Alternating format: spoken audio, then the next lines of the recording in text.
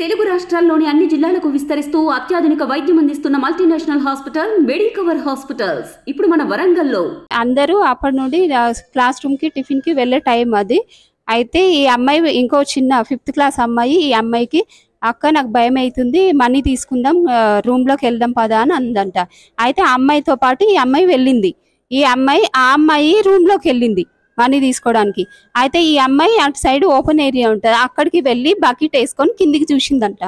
చూస్తే ఎవరో వచ్చి తోసేసిండ్రంట. రాయకోట్ హాస్టల్లో జరుగుతున్నటువంటి సంఘటనలు ఏదైతే ఉందో ఈ ఒకటే ఏం కాదు, గతంలో కూడా లాస్ట్ ఇయరే ఇదే సేమ్ అడ్మిషన్ ఇయర్ లోనే రావడం జరిగింది. సో దానికి తోడు ఈ రోజు కూడా ఇలా జరిగిందంటే చాలా దౌర్భాగ్యమైనటువంటి సిచ్యువేషన్. దానికి తోడు ఏంటంటే ఇక్కడ ఉన్నటువంటి హాస్టల్లో ఉన్నటువంటి లెక్చరర్స్ కానివ్వండి, టీచర్స్ కానివ్వండి, మొత్తం నిర్లక్ష్యమే.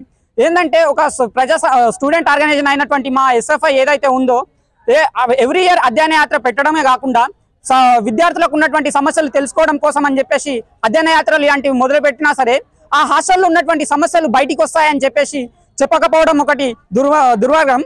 దానికి తోడు విద్యార్థులు ఏ విధంగా ఎదుర్కొంటున్నటువంటి సమస్యలు ఏవైతే ఉన్నాయో చెప్తారేమో అని అడిగితే మా స్టూడెంట్ ఆర్గనైజేషన్ కి హాస్టల్లో రానియకపోవడమే ఒక ముఖ్య ఉద్దేశం. దానికి తోడు ఏంటంటే ఇప్పుడు ఈరోజు ఏదైతే జరిగిందో ఈ ఘటన ఈ హాస్టల్ కి సంబంధించినటువంటి ఏదైతే ఉందో అక్కడ ఉన్నటువంటి హాస్టల్లో మొత్తం ఇది గర్ల్స్ హాస్టల్. ఈ గర్ల్స్ హాస్టల్ కి సంబంధించినటువంటి వర్కర్స్ ఏ విధంగా ఉండాలంటే మొత్తం ఉమెన్స్ కి సంబంధించిన వాళ్ళే ఉండాలి. దానికి తోడు ఇక్కడ ఉన్నటువంటి వర్క్స్ ఎంతమంది అంటే మొత్తం 8 మంది పనిచేయాలి. కానీ ఇక్కడ ఎక్కువ 8 మంది కూడా లేరు. చూసుకుంటే మనం వెళ్ళి చూస్తే ఆడ 2-3తో పని చేయించినటువంటి సిచ్యువేషన్. దానికి తోడు విద్యార్థులతో పని చేయించడం.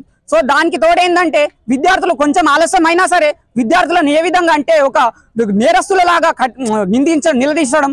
ఒక విద్యార్థికి ఏదైనా తప్పు జరిగితే ఆ స్టూడెంట్ ఏ విధంగా ఆ టీచర్ ఏ విధంగా మాట్లాడాలంటే సంజాయించి మాట్లాడాల్సింది పోయి వాళ్ళకి ఏదో ఒక ఉగ్రవాదులు తిరిగా ఓ టెర్రరిస్ట్ లాగా చూసి వాళ్ళని ఉన్నటువంటి ఫ్రెండ్స్ ముంగట కానివ్వండి, క్లాస్ రూమ్ ముంగట కానివ్వండి, అందరి ముంగట మాట్లాడేటటువంటి సిచ్యువేషన్ ఇది. ఇట్లాంటి సిచ్యువేషన్ లో విద్యార్థులు ఏ విధంగా తలెత్తుకొని క్లాస్ రూమ్ లో ఎలా విధంగా తిరుగుతారు?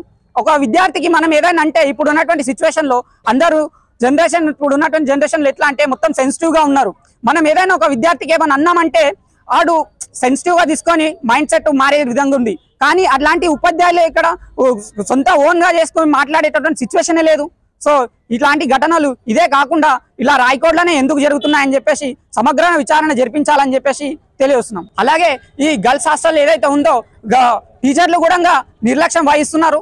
ఇప్పుడు టీచర్స్ కి మేము అడిగితే ఏమంటున్నారంటే టీచర్స్ కూడా ఏ లంచ్ కి సంబంధించిందో మళ్ళీ ఇంకోటి ఏదంటే ముందు ట్రీట్మెంట్ ముఖ్యం అని చెప్పేసి మాట్లాడుతున్నారు తప్ప విద్యార్థికి ఏమైందని చెప్పేసి పట్టించుకోవడం లేదు. అంటే ఇక్కడ వీళ్ళ దృష్టిలో ఆలోచిస్తే మనం ఏంటంటే విద్యార్థులు చనిపోయినా పర్లేదు వీళ్ళకు అనేదే అనిపిస్తుంది.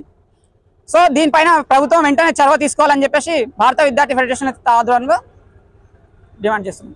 పైకెళ్ళుకు చెల్లి అక్క నాకు భయం అవుతుంది, మనీ తీసుకుంటా రావా అంటే పోయినా మెంబర్ ఆమె ఫస్ట్ పోయింది, నేను సెకండ్ పోయినా. ఆమె రూమ్లోకి పోయింది, నేను ఓపెన్ ప్లేస్లోకి పోయి బకెట్ వేసుకొని చూస్తున్నా. చెల్లి పోయేటప్పుడు చెప్పు అని చెల్లికి చెప్తే ఇక నేను చూస్తున్నా ఎవరు కాలు పట్టి ఎత్తేసిండ్రు. అప్పటికి వాళ్ళు లేను 2 చేతులు గోడకు పట్టుకొని ఆడబడ్డా, చేతులు జారి కింద పడిపోయినా. మరిన్ని వీడియోస్ కోసం ఛానల్ ని సబ్స్క్రైబ్ చేయండి. లేటెస్ట్ అప్డేట్స్ కోసం వాట్సాప్ ఛానల్ ని ఫాలో చేయండి. అండ్ లింక్ డిస్క్రిప్షన్ లో ఉంది.